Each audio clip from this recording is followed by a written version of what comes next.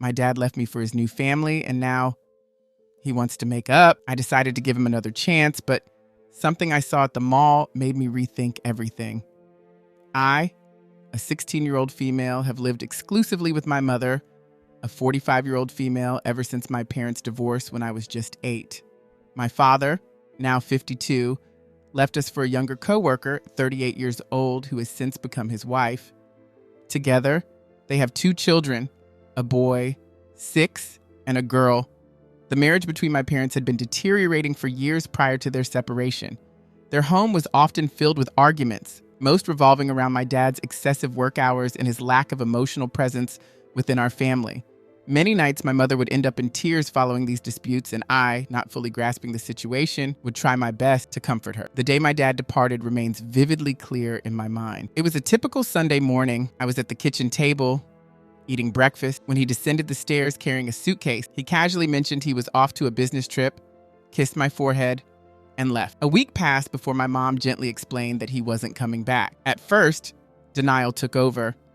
I kept expecting him to return any day, claiming it had all been a misunderstanding. However, as days stretched into weeks and weeks into months, his absence solidified. Despite my mom's efforts to protect me, I couldn't help but overhear her phone conversations and snippets of discussions with relatives revealing the truth of my dad's affair with his coworker. Growing up, my interactions with him became increasingly sparse. He often canceled plans last minute, overlooked my birthdays, and missed pivotal moments in my life. When I was younger, I would cry to my mom, questioning why he seemed indifferent towards spending time with me.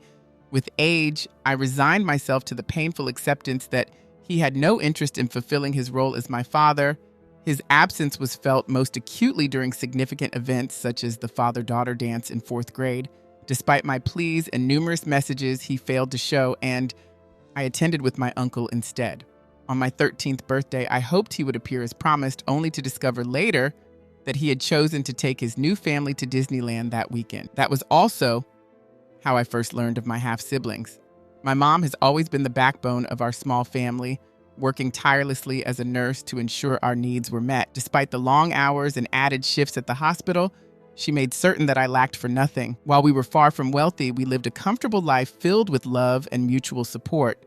My mom was a constant in my life, attending school events, assisting with homework, and providing emotional support whenever I needed it. A vivid memory that stands out is when I was 12, grappling with bullies at school, which led to a decline in my academic performance. Recognizing the signs of distress, my mom took time off work to address the situation. She met with my teachers, dedicated evenings to help with my studies, and enrolled me in a self-defense class to bolster my confidence. This experience was a testament to her unwavering dedication as a parent, always present, always caring, and always willing to go the extra mile. Unexpectedly, last month, my father reached out wanting to reconnect. After years of minimal contact, he proposed a dinner just for the 2 of us. I was taken aback, but after some deliberation, decided to give him a chance. The dinner, however, was nothing short of awkward. He attempted to brush past the years of neglect, focusing instead on his career, his new home, and his new family. He proudly showed off photos of his children, yet another part of me harbored skepticism and pain. Why reach out now after all this time? Post-dinner, my father began sending regular texts, inquiring about my day, my friends, and my interests. His sudden attentiveness felt unnatural and strained. Unsure of how to communicate with him or what to share, I became reticent. My mother noticed this shift, and although she tried to offer her support when I mentioned my father's efforts, I could detect the concern etched on her face. She cautioned me to guard my emotions, advising not to set my expectations too high. Just last week, my father invited me to spend a weekend at his house to better acquaint myself with my half-siblings and stepmother. Despite my reservations, his assurance that it would be enjoyable persuaded me, and I agreed, driven mostly by curiosity. Arriving at their expansive, lavish home, a stark contrast to our modest apartment, I was immediately struck by its grandeur. My stepmother's greeting was cordial yet tinged with discomfort. My half-siblings initially acted shy, but gradually warmed up. Despite their growing friendliness, I couldn't shake the feeling of being an outsider. Throughout the weekend, I noticed covert exchanges of glances between my father and stepmother, and I was alien to the inside jokes and shared stories that clearly bonded them as a family. They recounted tales of family vacations I never attended, relatives I had never met, and shared experiences that I wasn't part of. Though my father made efforts to include me, His attempts felt contrived and uncomfortable. At one moment, my half-brother innocently asked why he had never seen me before, an inquiry that left me speechless and prompted a swift topic change by my father, signaling they hadn't fully explained my place in their lives. The weekend's most poignant moment unfolded on Saturday night in the living room. As we watched a movie, my half-brother snuggled close to my father, who reciprocated with an affectionate embrace. Witnessing this simple gesture of fatherly love, which I had longed for but never experienced, I felt a profound sense of longing and sorrow, a lump forming in my throat. As Sunday arrived and I began packing to leave, my father approached me, presumably to conclude our weekend with a parting conversation. As he drove me home, my father expressed hope that I had enjoyed our time together and suggested more frequent visits in the future, family vacations, holiday gatherings, regular dinner. I merely nodded, the weight of my emotions silent. Once home, the dam of my restraint broke and I succumbed to tears. My mother embraced me without a word, offering solace through her presence alone. After regaining some composure, I confided in her about the entire. She listened with a face painted with both anger and worry. Now, I find myself ensnared in confusion and hurt. The longing for a father has always been, but witnessing his life with his new family highlighted all that I missed and how effortlessly he seemed to have moved on without me. I'm caught between the desire to give him another chance and the need to shield myself from potential further pain. My mother, while leaving the decision to me, clearly harbors fears of seeing me hurt again. My friends are split. Some encourage reconciliation, while others advise me to sever ties completely. Memories of all the times I needed a father only to face his absence haunt me. The father-daughter dances, my graduations, the lonely days spent ill without a call from him. Can he truly compensate for those lost moments? Then there's the bitter sting of seeing my half-siblings enjoy the paternal affection I was denied. It's not their fault, yet resentment brews within me. Why is he capable of being the father they cherish when he failed to be that for me?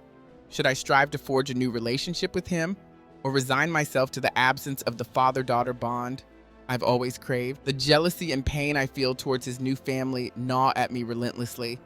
I would welcome any advice. It's been a few weeks since I last shared my thoughts here, and much has transpired. He seemed genuinely elated with the prospect of mending our relationship and promised to do better.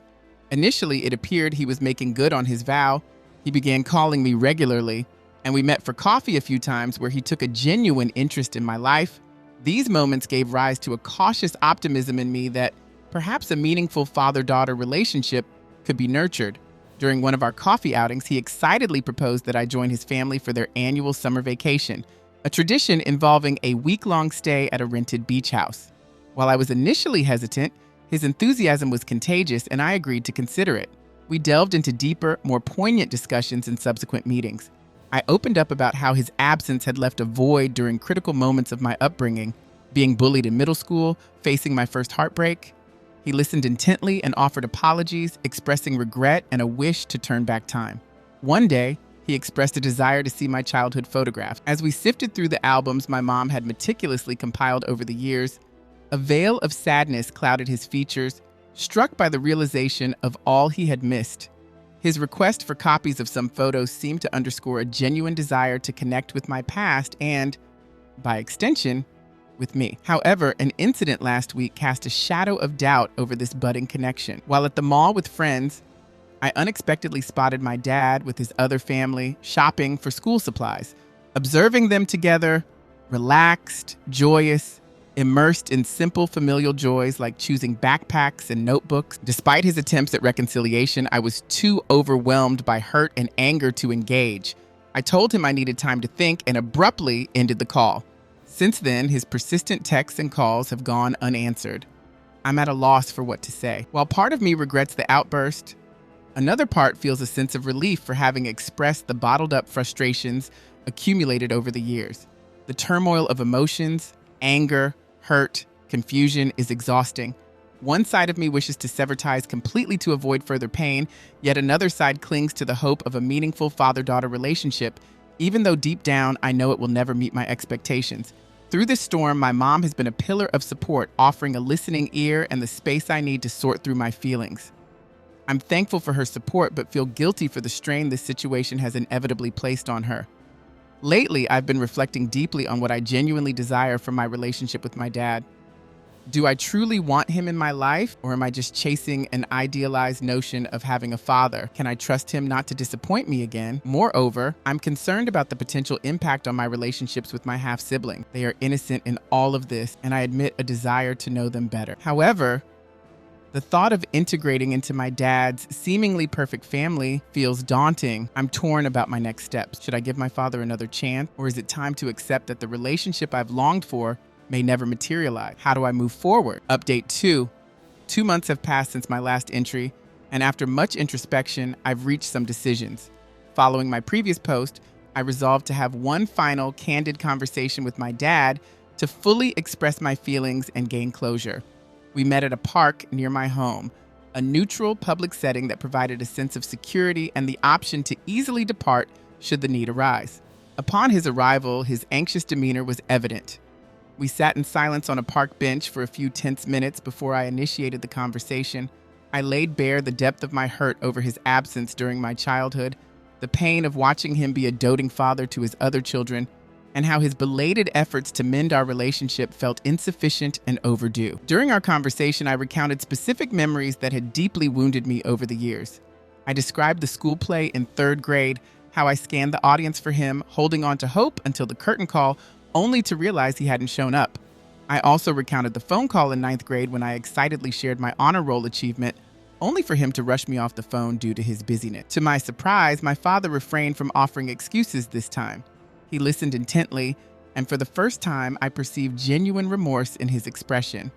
He confessed to being a neglectful father and acknowledged the pain and anger his absence had caused me. Then, he revealed something unexpected. His initial reaction to learning of my mother's pregnancy with me, he admitted he hadn't been ready for fatherhood, feeling trapped and resentful, which ultimately led him to shirk his responsibilities and leave. He confessed that his subsequent marriage offered a chance to start anew, an opportunity he embraced to the detriment of his duties to me, acknowledging how selfish and damaging his actions had been.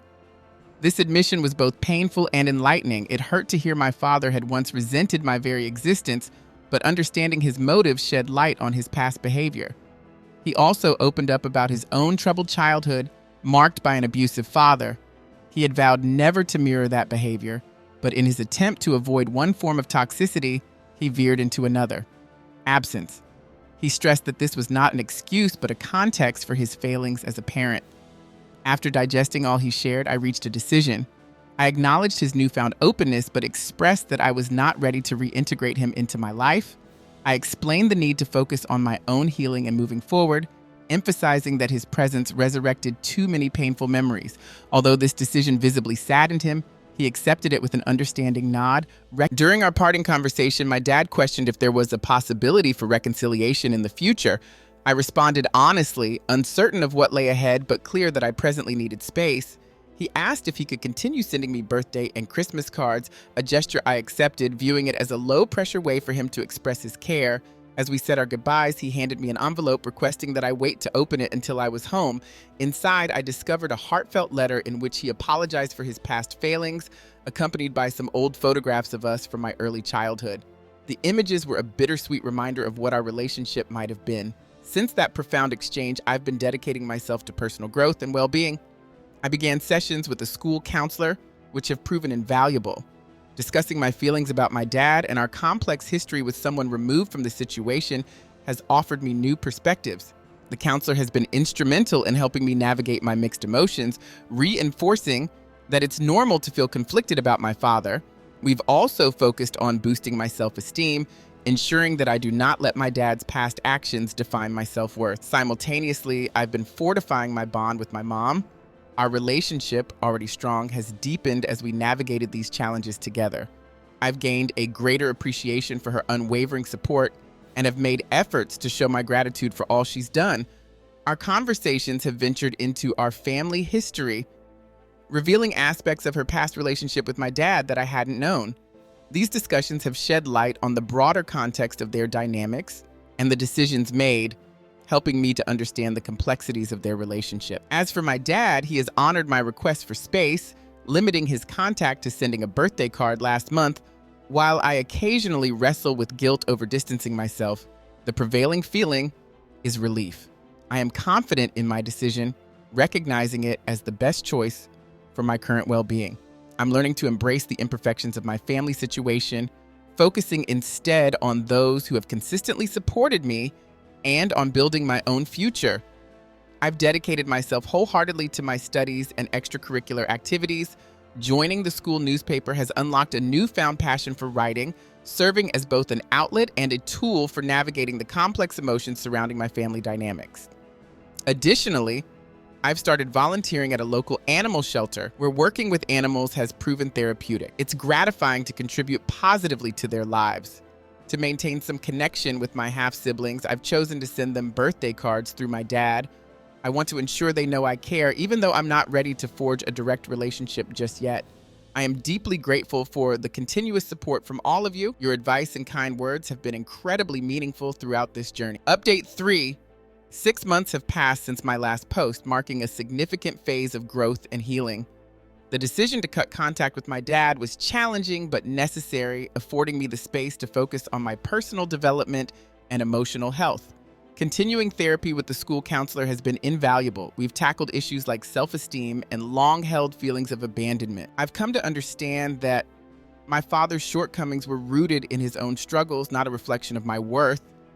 A major breakthrough has been realizing that my happiness and success are not contingent on his approval or presence. I'm learning to seek validation from within rather than from him.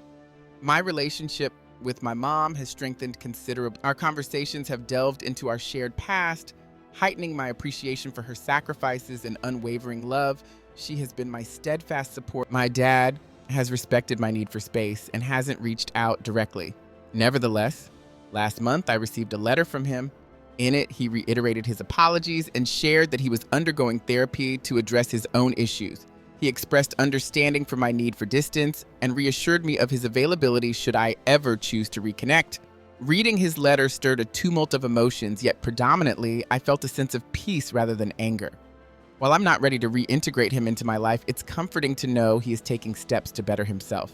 He also mentioned that my half-siblings occasionally ask about me and included some of their drawings in the letter. The artwork was touching, serving as a poignant reminder of the complex family dynamics I'm navigating. Focusing on my future, I'm currently in my junior year and beginning to seriously consider my college options.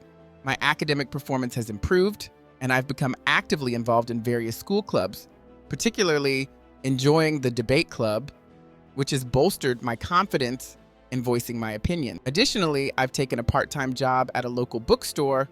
The job has been instrumental in fostering my independence and providing some personal spending money. Being surrounded by books all day is a true joy and has furthered my love for reading and learning. This journey has imparted valuable lessons about resilience and self-worth. I've realized the importance of prioritizing my own well-being even when it involves making tough decisions about personal relationships. The concept of a chosen family has also resonated deeply with me. My best friend and her family have provided tremendous support, welcoming me into their home and lives, effectively becoming a second family. As for the future of my relationship with my dad, I remain uncertain. For now, I am focusing on those who have shown unwavering support and am committed to building the life I envision for myself. Though there are still days marred by sadness or frustration over my family circumstances, these instances are becoming less frequent. I'm learning to cherish what I have rather than lament what might have been. Your continued support throughout this journey has been invaluable. Thanks to this network of support, I feel stronger and more optimistic about the future than ever before.